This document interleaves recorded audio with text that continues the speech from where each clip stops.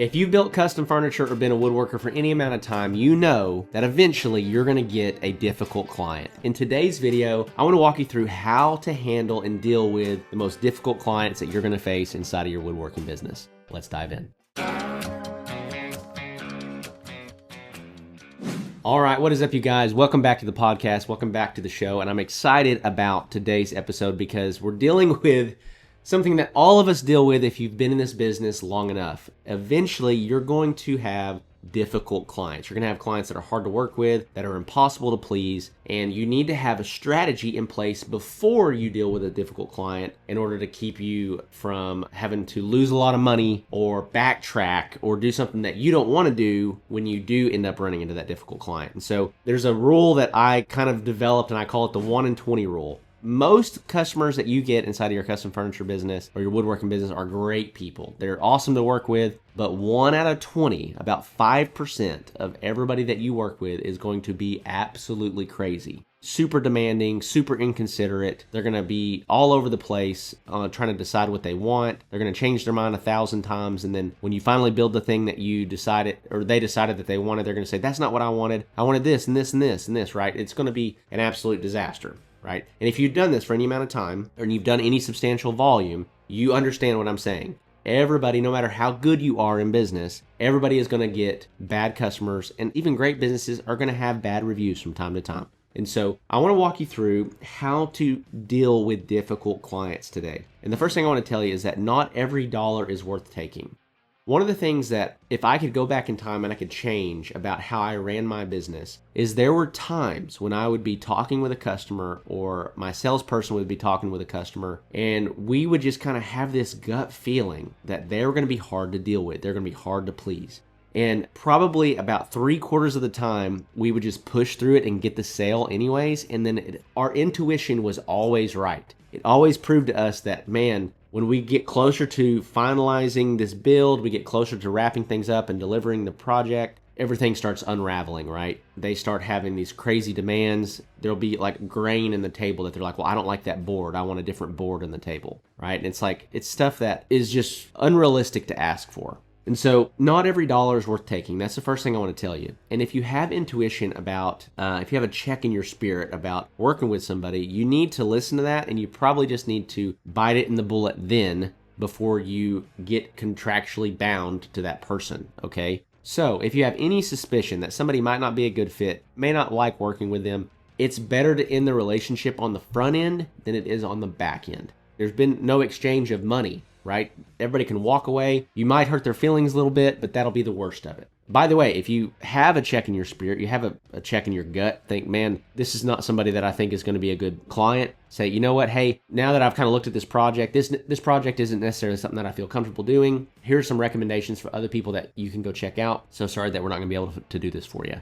They still might get mad. They probably are going to get mad, but that is way easier to deal with than when there's money to be exchanged. You've invested a bunch of time and energy into their project, and they are now picking it apart piece by piece or doing something ridiculous, right? Now, the second thing I'll say is that the best defense is a clear, detailed process of what you're going to do and having documentation and everything being contractual.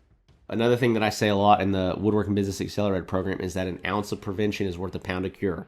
And it's the same way inside of your business. One of the things that we always implement for all of our new clients is that we want them to have a cosmetic standard of what success looks like to them that they can give to their clients upon the time that their clients are placing an order. So if somebody comes to you and says, all right, I'm ready to buy a handcrafted custom table made of solid wood, perfect. This is our cosmetic standard, which means this is what success looks like to us. This is what you can expect the product to be. This is what all the natural components of the product are going to contain. This is not manufactured over in Vietnam. This is not MDF or particle board wrapped in veneer. This is a real product with real hardwood. So you need to have these expectations that our product is a little bit different than most. And so there may be some knots inside of your wood. There's going to be a lot of different grain structure. Every board is completely different from the rest. Not every board is going to match perfectly, right, as far as stain is concerned, because every board takes stain just a little bit different. They need to understand what they're buying, when they're buying it, and they need to read it and they need to sign it and acknowledge it and give it back to you, and they need to have a copy of it too. So that when you deliver the product, you deliver the product and it fits within those cosmetic standards, if they don't like it, you can say, hey, this is what we did on the front end. Remember, we went over these cosmetic standards. You signed and agreed that this is what I understand what I'm buying, understand what I'm purchasing, and this is what we've delivered, right? And so you want to make sure your product that you deliver does fit within that. Because if you deliver a product that doesn't fit within your cosmetic standards, well, that's on you. But if you give yourself some room to say, hey, this is how much variation we're going to have within the product, whether it be stain, whether it be sizing, the difference in the boards, or whatever that might be, it gives you a safety net to fall back into, okay? So make sure when you're handling difficult customers, or you're handling all your customers, these are the things that you want to do. Number one is you want to set expectations. We want to set clear expectations for timeline, design, price, and revisions. One of the things I'll just say is that we don't do revisions. Like people that are like get really hung up on color, for example. They're like, well, I want to get this color to match perfectly. Well, in our world, for us to get a color to match perfectly, we got to put color on it. And if it doesn't match, we got to sand it off. And then we got to put color back on and we got to sand it off. And we got to put color back on and sand it off. We're not doing that, okay? We don't have time to do that if you're building a legitimate business. And so we need to say, this is the color. It's going to look very similar to this, maybe a little bit darker, maybe a little bit lighter. But if we're trying to match something perfectly, we can't guarantee a perfect match. You just need to be upfront and say that. We cannot guarantee a perfect match, because if you say that you can, they're going to hold you to it. And if you build a complete table, put 3 coats of lacquer on it and go deliver it, and they're going to just say, oh, this is a shade off. This is a shade too light or a shade too dark. They're going to expect you to sand all that back off and redo it, right? Which is unrealistic. Number 2 is have written agreements for everything. We don't want to have any handshake deals. You want to have an invoice with exactly what they're getting. The design, the size, the color, what chairs, what benches, how they're built, everything about it, right? So the invoice is clear on exactly what they're getting. And then we want to have cosmetic standards attached to that invoice that they also have to sign. Number 3 is that we want to use deposits as a filter for these clients, right? So the one thing that we have always done that we teach our clients to do is that we always get a 50% deposit. If somebody is not willing to give you a 50% deposit, don't work with them, right? Unless you know that they're a serious client and they just don't have the cash right now, then you can maybe offer a 25% deposit, then 25% when you start the project, the remaining 50% when you finish it, something like that. But if someone's bowing up on you about a 50% deposit, just say, it's standard, it's what we've always done, it is how we do business, I have to buy your materials, I have to get started, I have to pay my guys to get started on your job, right? And so if somebody's giving you a hard time about a 50% deposit, that's probably a telltale sign that they're going to be a difficult customer after the fact as well, okay? Number 4 is professional communication. Sometimes people get super disrespectful. I wish this wasn't the case, but sometimes you're dealing with people that just get completely unprofessional, just trash you. They try to tear down your character because they didn't like the stain on their table, or they didn't like that, oh, well, this board had a knot in it, even though I told you that we're using real wood and that they might have knots, right? People are crazy. Like, again, the 1 in 20 rule, but sometimes people get absolutely ridiculous. The one thing that you don't want to ever do is compromise your professionalism. And it's very hard to do sometimes. But when people start taking personal jabs at you or personal jabs at your team, and it's happened to me, it's like, man, sir, to be honest with you, I'm not going to go there with you. We're not going to make this a personal matter. We have a problem that we're both trying to solve. Let's work together to solve this problem, right? That's where I want to take it back to, is the problem, not on I don't want them focusing on people, and I'm not trying to attack them either, right? And so always maintain a higher standard as far as character is concerned than where they're trying to drag you down to, okay? Number 5 here is just having a process for when do we refund and when do we not refund. And so for us, we did not offer refunds. This was a non-negotiable. We say, hey, your deposit is non-refundable. This is a non-refundable deposit. These are the standards. This is how we're going to work. This is what we're going to do. That is what it is. Now, there were circumstances where me and a customer would get to an impasse. We couldn't figure out how to fix this thing for them, and we would break our own rule and we'd just offer a refund and move on and roll down the road. But you just need to know and have a plan for that, because you're going to have people that have you build an entire table set out of your garage, and then they don't like one little thing about it and they want a full refund. Then you're stuck with a full dining table set that you've invested a lot of money in materials and a lot of money in time and energy. Now you got to try to find somebody to buy it, right?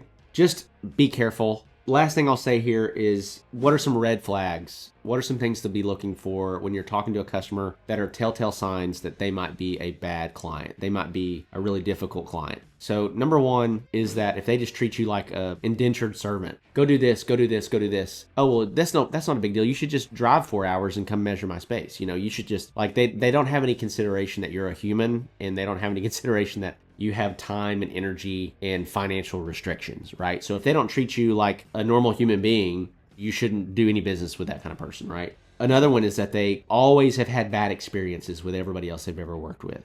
If all they want to talk about is how terrible all these other woodworkers are, or these other people that they've done work with, and everybody else is always wrong, there's a common denominator in that situation, which is them. They're always in that situation, and for whatever reason, everyone else always seems to be the problem, right? The third one is that they just want to cut corners. So they want to cut corners in the process. They don't want to sign the invoice. They don't want to sign or read the cosmetic standards. Those types of things are absolute no-goes for me. Like, I will not sell you this table until you understand fully what you're getting yourself into, for my protection and for yours. The one thing I will say, out of every bad situation is something to be learned. And so difficult clients really helped me develop and form a process to protect my team, to protect my sanity, and to develop a clear-cut process for making sure that the 1 in 20 that I do get, I always have the upper hand when it comes time for them to throw a fit or be upset about something. I have documentation. I have a clear process. They knew exactly what they were getting. We've delivered upon that. We've washed our hands. We don't have any other liability to fix what they're upset about. Now, what's going to happen is that when you do this, and somebody that's used to always being the upset customer and always being, the customer's always right, and you put your foot in the ground and you say, no, we're not going to back up on this, they're going to say, well, I'm going to trash you. I'm going to trash you all over Google and all over Facebook. I'm leaving bad reviews. Sometimes you just have to let them. But what you should be doing is you should be getting 5-star reviews from the other 19 people, right? And so if you're not proactively getting reviews, when you do run into the 1 in 20, they're going to leave you a bad review, and it's going to mess up your review ratio. But if you've got 19 positive reviews for every bad review, everyone's going to look at that and understand that this person was just a lunatic. They were just crazy, okay? And so last thing I'll say here, I know this is a little bit of a longer video, but don't hear what I'm not saying. I'm not saying you shouldn't really do everything within your power to make your customers happy, and you shouldn't do everything in your power to make sure that you have a great product. You should have an exceptional product. You should have really clear expectations. You should take care of your clients.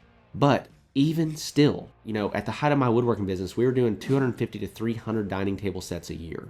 So with that, you're going to have bad customers. You're not going to bat 1,000. You're going to have these challenges that come up. Now, if you're doing 1 project a month, well, you're going to do 12 projects a year. You might not even have a crazy customer all year long, right? Because it's the 1 in 20 rule. So with that, just know you need to have a plan before you get the crazy clients, before you get the difficult clients, to handle the difficult clients. And so you need to be contractually sound. They need to sign that they have read and they understand these cosmetic standards, and you need to have a plan of action. Now, if you need help with that, you need help developing that, be sure to check out the Woodworking Business Accelerator program. It's the third link in the description below. Got a couple other resources down there as well. But if you want an action plan to make sure that you're always contractually and legally sound, that's one of the things that we dive into inside of the Woodworking Business Accelerator program as well. So hopefully this video was helpful. Would love to get your feedback in the comments below. And if it was helpful, be sure to like and subscribe. And with that, guys, I will see you in the next video.